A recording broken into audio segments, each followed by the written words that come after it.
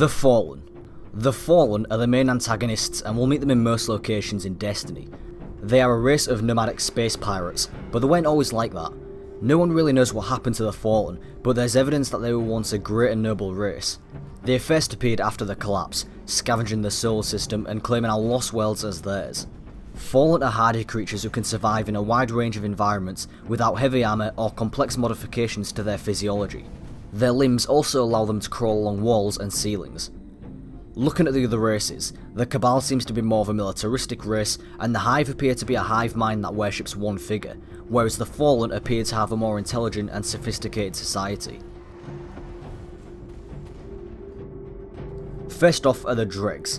These are the lowest class in the Fallen hierarchy. They are seen as a disgrace to the Fallen, and so as an act of humiliation and obedience, they have their lower pair of arms ripped off. Fueled by ambition and shame, they seek to prove themselves in hope that they will gain promotion and regrow their limbs. DREGs are crafty, but often give away their position with their hissing and clattering. They also wield shock pistols and shock daggers. Some high-level DREGs wield shrapnel launchers. Vandals are second in the Fallen society.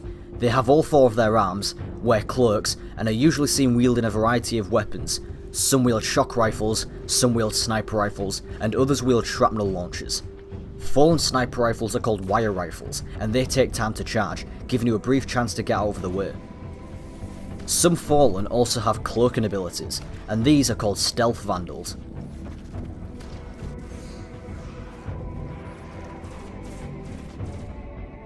Then there's the Fallen Captain. Captains are the leaders of the pack. They lead directly into combat along with their Fallen brethren, rather than command from a safe distance, which suggests they are fearless. There's no denying a captain's might. There's this sense of tattered nobility to them, and you can see it in the way they carry themselves. Captains are much bigger, tougher, and often wield shrapnel launchers. They also have a short-range teleport ability and have energy shields which can be weakened by weapons that do arc damage.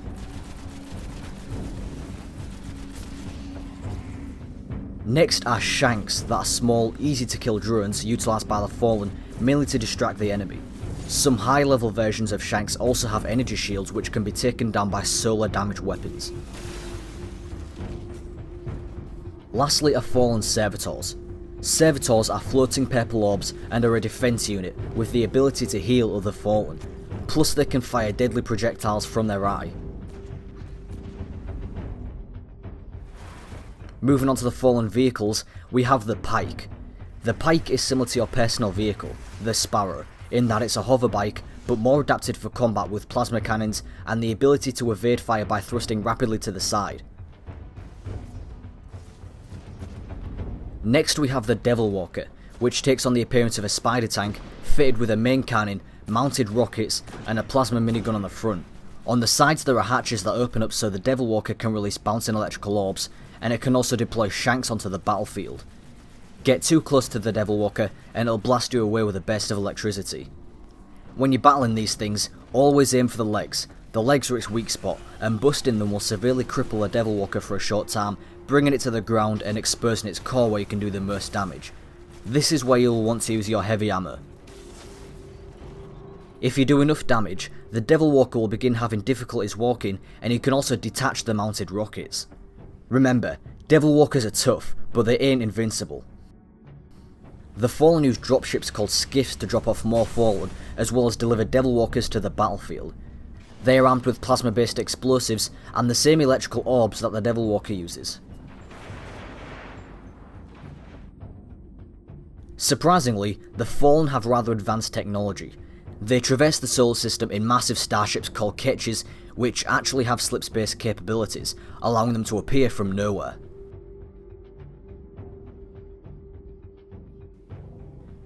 The Fallen are divided into noble houses, and they still bear the proud markings.